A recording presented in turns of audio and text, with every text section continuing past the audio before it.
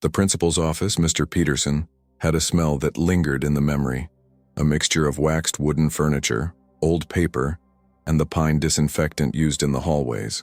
For Arthur, a 10-year-old boy, the loudest sound was not the principal's deep, controlled voice, but the almost inaudible hum of the fluorescent light on the ceiling, a constant vibration that seemed to echo inside his skull. He sat in a leather chair that was too big for him, his feet dangling inches above the parquet floor.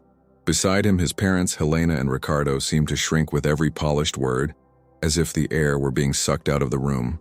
The principal pressed his fingertips together, forming a small tower on the immaculate mahogany desk. "This is not an expulsion, please understand," he said with a rehearsed calm that was sharper than a scream. "It's a matter of suitability. The structure of our school, our teaching method, they are not compatible with Arthur's specific needs. He destabilizes the classroom environment. We need to think about the collective." Arthur didn't hear the words, but he felt their texture. They were smooth, slippery, but with sharp edges. His eyes were fixed on a small scratch on the surface of the table, a flaw in the perfection. That scratch was a map, an escape route to a world where he could hide. The destabilization the principal was referring to was the time Arthur, fascinated by the physics of light, took apart the classroom projector to understand how the beam of light created images on the wall, minutes before an important presentation for parents. He didn't see the transgression. He saw a fascinating mechanism, a puzzle to be solved. But there, in that silent room, his curiosity was a crime. The principal's final sentence was a blunt blow, delivered with a patronizing smile. "He just doesn't fit in here." And with that sentence, the door to the school that was supposed to be his refuge, the place to cultivate his brilliant mind, was closed and locked. A story like this makes us think about the places we belong and those that reject us. I'm curious to know where you're watching this from. Tell us in the comments. And if you believe in the power of the twists and turns that life takes, subscribe to the channel, because the way Arthur returned to that school years later is a lesson we all need to learn. That night, the family home was a vacuum filled with palpable pain. Dinner was served, but no one touched the food. Helena, Arthur's mother, was in the kitchen, washing and drying the same dishes over and over, a mechanical movement to contain the earthquake inside her. Ricardo, his father, stood on the dark porch, staring into nothingness, his jaw clenched with impotent rage that had nowhere to go. When he finally came inside, his eyes, usually so kind, were dark. They discarded him, Helena, as if he were a piece of broken furniture, a defective object that no longer serves as decoration for their perfect school, he said, his voice low and hoarse so as not to disturb his son in the next room. "He doesn't fit in." What a cowardly phrase. Isn't that exactly what school is supposed to do? Help children find their place, build bridges between their world and the world of others. They're not educators, they're curators of a museum of normality. Helena stopped scrubbing the plate and squeezed it so hard that her fingers turned white. The tears she had held back with superhuman strength in front of the principal began to fall, silent and heavy. The worst part was the look on his face, Ricardo. The look on our son's face. He wasn't angry or sad like the other children would have been. He was analyzing, confused, as if he were trying to decipher a code, to understand what fundamental rule of the universe he had broken to deserve this. How do I explain to my son that he was punished for being exactly who he is? For being curious? For being brilliant in a way that they can't measure with their multiple choice tests? She sat down at the table, her head in her hands, her body shaking. "I feel like a failure. A lioness who didn't know how to roar. I should have fought harder, yelled, threatened them with lawyers, with the press. But I stood there paralyzed, listening to that man sentence my son's future with polite, poisonous words. I saw the humiliation in his eyes, Ricardo. I saw the exact moment when he began to believe that maybe there really is something fundamentally wrong with him. And that wound. How do you heal a wound that has been inflicted on the soul? They didn't just expel Arthur from school. They tried to expel the light inside him. And I let them. That outburst wasn't just about a school. It was about a broken system that values conformity over genius, and about the excruciating pain of watching your child be judged not for his character, but for his neurodivergence, while you stand by, powerless. The fateful meeting with Mr. Peterson wasn't a bolt. from the blue. It was the final storm after months of unstable weather, full of dark clouds and brief, deceptive rays of sunshine. It all started with little notes in Arthur's planner, written in passive-aggressive handwriting. Arthur had difficulty staying seated during history class. Arthur did not want to participate in the group painting activity, preferred to read a science book. At first, Helena and Ricardo saw these as challenges to be overcome. They scheduled meetings, brought reports from Arthur's therapist, and patiently explained hyperfocus, the need for clear and literal instructions, and sensitivity to noise and textures. The teacher, a young woman named Ms. Miller, seemed genuinely receptive. "I understand. Let's try some strategies," she said, with an enthusiasm that lit a flame of hope in the parents' hearts. "We'll use headphones during quiet activities. I'll create a timeout card that he can use to go to a quiet corner of the library for 5 minutes when he feels overwhelmed." For a few weeks the flame grew. Arthur came home calmer. He spoke with contagious enthusiasm about a science project where he got to build a baking soda volcano. Helena and Ricardo allowed themselves to breathe, clinging to the hope that with goodwill and small adjustments, school could become the right place for their son. But hope was a mirage in the desert of school bureaucracy.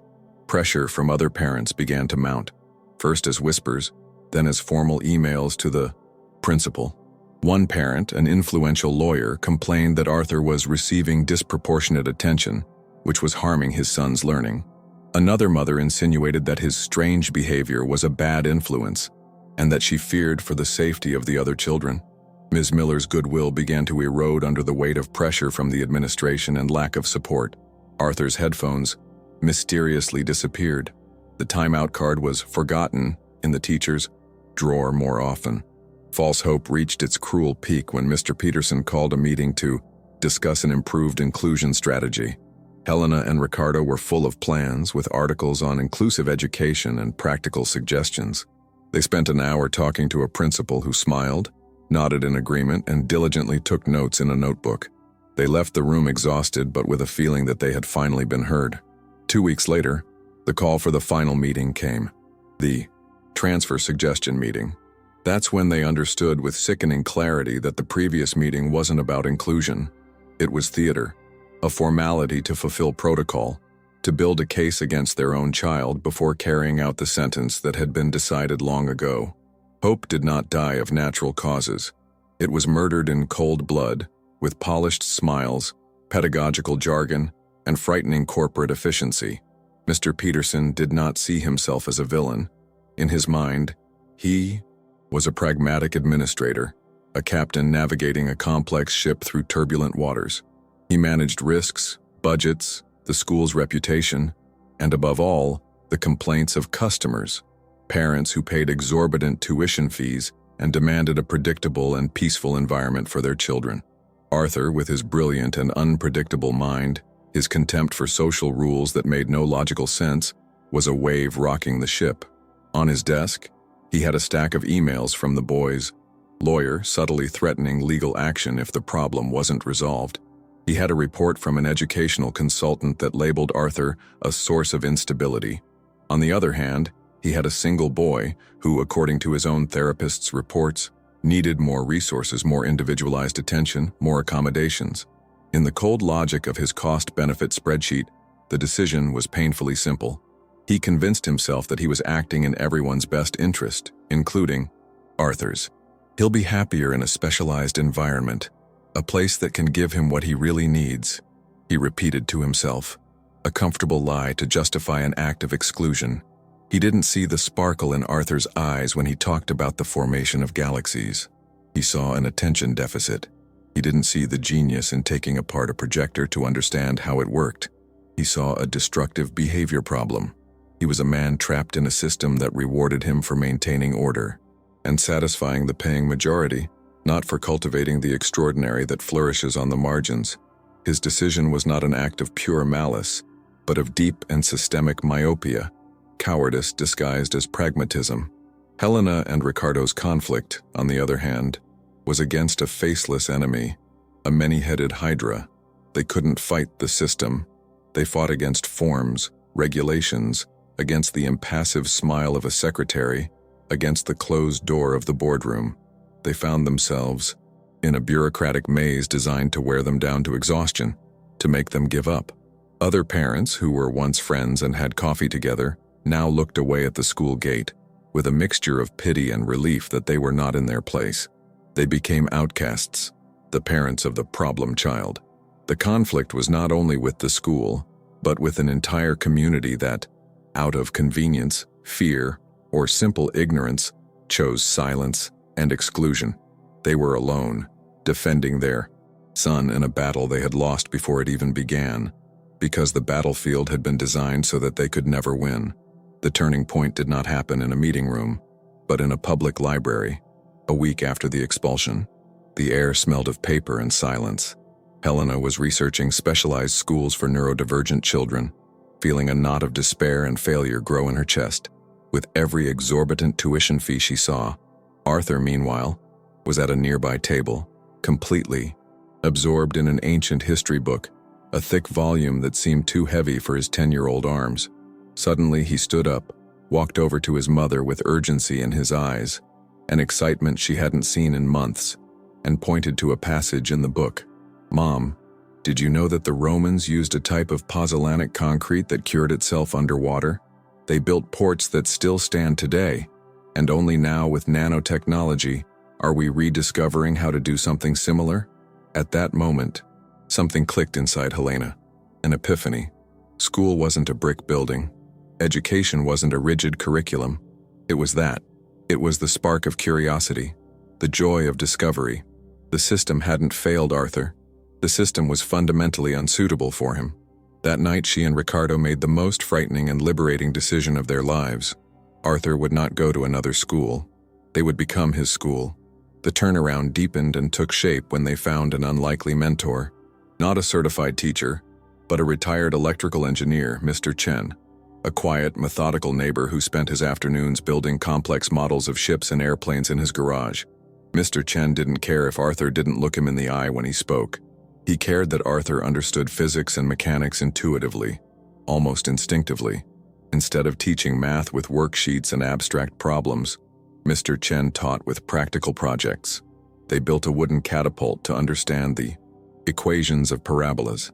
They set up a complex pulley system to lift heavy objects and understand mechanical advantage. They designed an electrical circuit to light up a dollhouse, learning about volts, amps, and resistance in practice. Arthur was no longer learning about things. He was doing things. His passion, which the school had labeled a distraction and tried to suppress, became the central driving force of his universe. He discovered that he wasn't just curious. He was a scientist, a born engineer. He devoured books on physics, chemistry, and the history of technology. His bedroom, once a place of refuge, became a vibrant laboratory filled with wires, gears, and unfinished projects. The quiet turning point was not finding a new school. It was the demolition of the idea of school, and the realization that the best teacher for Arthur was the world itself, and that the best guides were adults who didn't try to teach him to memorize answers, but who gave him the tools and freedom to ask his own questions. They stopped trying to fit him into a box and decided to give him the entire universe as his classroom. The years that followed were a slow but steady harvest of meaningful victories, each one a brick in the construction of Arthur's self-esteem. At 13, he and Mr. Chen designed and built a small solar-powered robot programmed to follow dark lines on the floor. They entered it in a regional technology fair. The victory was not the first-place medal, which he kept in a drawer and forgot about. It was the look of amazement and admiration on the faces of the judges, all engineers and university professors, when a skinny 13-year-old boy explained the principles of photosynthesis, energy conversion, and programming logic with the clarity and depth of a fellow professional. At 16, he decided he wanted to validate his knowledge formally. He immersed himself in textbooks on his own and, in 6 months, passed a national equivalency exam with a E, perfect score, earning his high school diploma 3 years ahead of his former classmates. He didn't study to pass the test. The test was merely a byproduct of his voracious and passionate learning. With his diploma in hand, he used his age to his advantage and enrolled as an auditor in quantum physics classes at the local university. The professor, a renowned physicist named Dr. Albright, initially skeptical of the prodigy kid, was so impressed by Arthur's questions, insights, and corrections, always polite, almost shy, that at the end of the semester he invited him to be his volunteer research assistant. The greatest victory, however, was internal, silent, and profound. Arthur, far from the judgmental and socially complex environment of school, flourished on his own terms. He did not become an extrovert, but he developed a quiet, unshakable confidence in his own mind. He learned to defend his ideas with logic and data, to debate with renowned academics, to navigate social environments that interested him, conferences, laboratories, online discussion groups. He was the same Arthur, but without the layer of shame, anxiety, and inadequacy that school had tried to cement over him. At 18, he applied to one of the most prestigious technology universities in the world. His application had no high school grades, extracurricular activities, or letters of recommendation from school teachers. It had a portfolio, a digital portfolio, with projects, simulations, articles.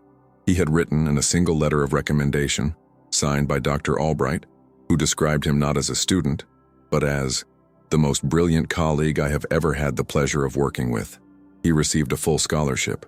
The acceptance letter was not just a piece of paper. It was validation of everything his parents had fought and sacrificed for.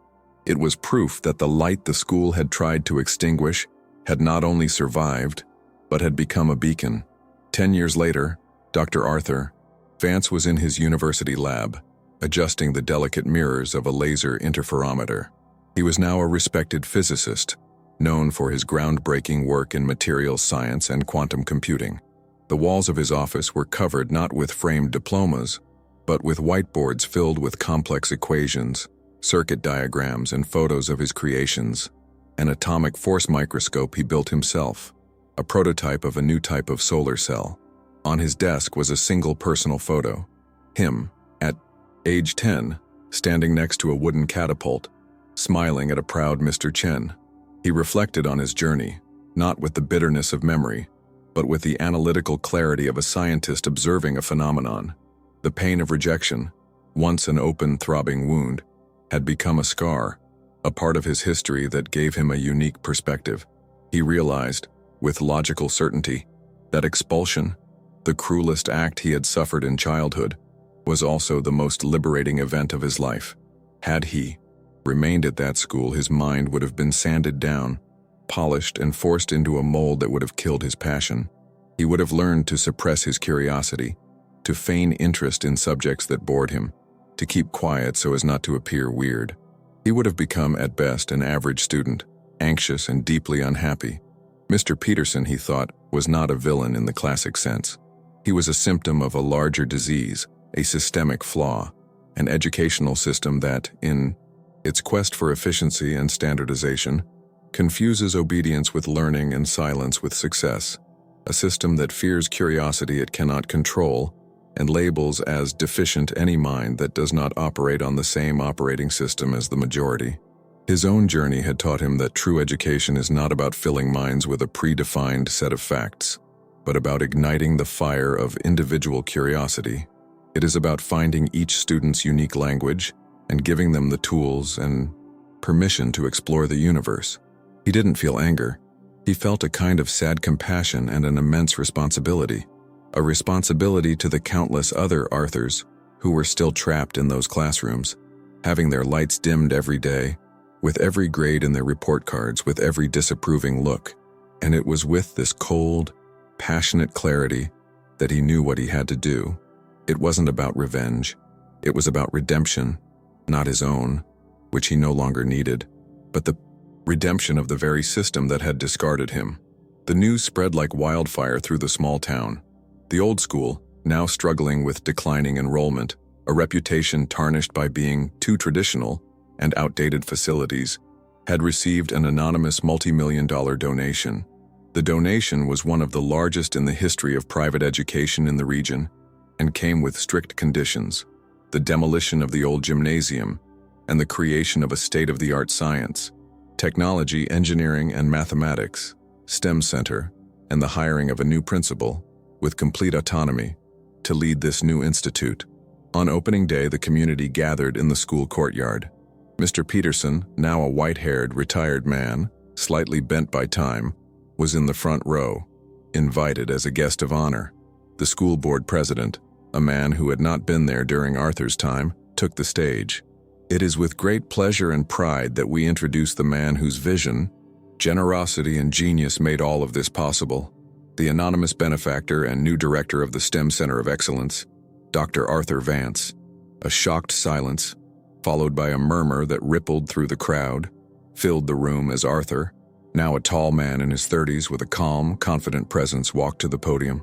He looked out at the crowd, at the curious faces, and his gaze met Mr. Peterson's. There was not a hint of triumph in his eyes, only a powerful, almost impersonal calm. "Some of you may remember me," Arthur began, his voice clear and steady, amplified by the microphones. "I was a student at this school for a brief time, and I didn't fit in. Today, I'm not back to prove you were wrong. I'm back because you were wrong, and there's a fundamental difference. I'm back to prove that your definition of fit in was wrong. The goal of education should not be to create parts that fit perfectly into an existing machine. That's training, not education. The goal of education should be to nurture minds so that they become unique, brilliant, and sometimes sharp parts, capable of building entirely new machines we can't even imagine yet." He paused, letting the words sink in. "This center," he continued, pointing to the glass and steel building behind him, "is not just about science and technology. It's about a new kind of learning, a place where curiosity is the main subject and failure is just a data point in an experiment, where questions are celebrated more than answers, where every student who feels weird, different, or too intense will find not just tolerance, but a home for their mind. This is a place built on the belief that every student fits in, once you stop trying to force them into the same box." At the end of the speech, the gym erupted in genuine emotional applause. Arthur stepped off the stage and, instead of greeting the bigwigs, walked straight over to Mr. Peterson. The old principal stood up, his face pale, a mixture of shock and shame in his teary eyes. "Arthur, Dr. Vance, I'm sorry," he stammered, his voice weak. Arthur held out his hand.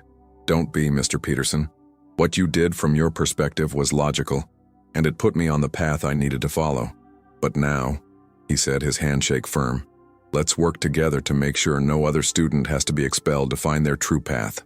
Shaking that hand was not an act of forgiveness. For Arthur, there was nothing left to forgive. It was an act of transcendence. He did not return to rewrite his painful past, but to use his strength and resources to build a better future from it. The people best qualified to fix a broken system are those who were once broken by it. True strength isn't in never falling, but in getting up and using the bricks that were thrown at you to build a safe place, so that others don't have to stumble. If this story of overcoming adversity, resilience, and redemption has inspired you, please like, comment, and subscribe to the channel. Your interaction helps us spread messages of hope. And maybe, just maybe, it will inspire someone, somewhere, to build a new door where there was once only a wall.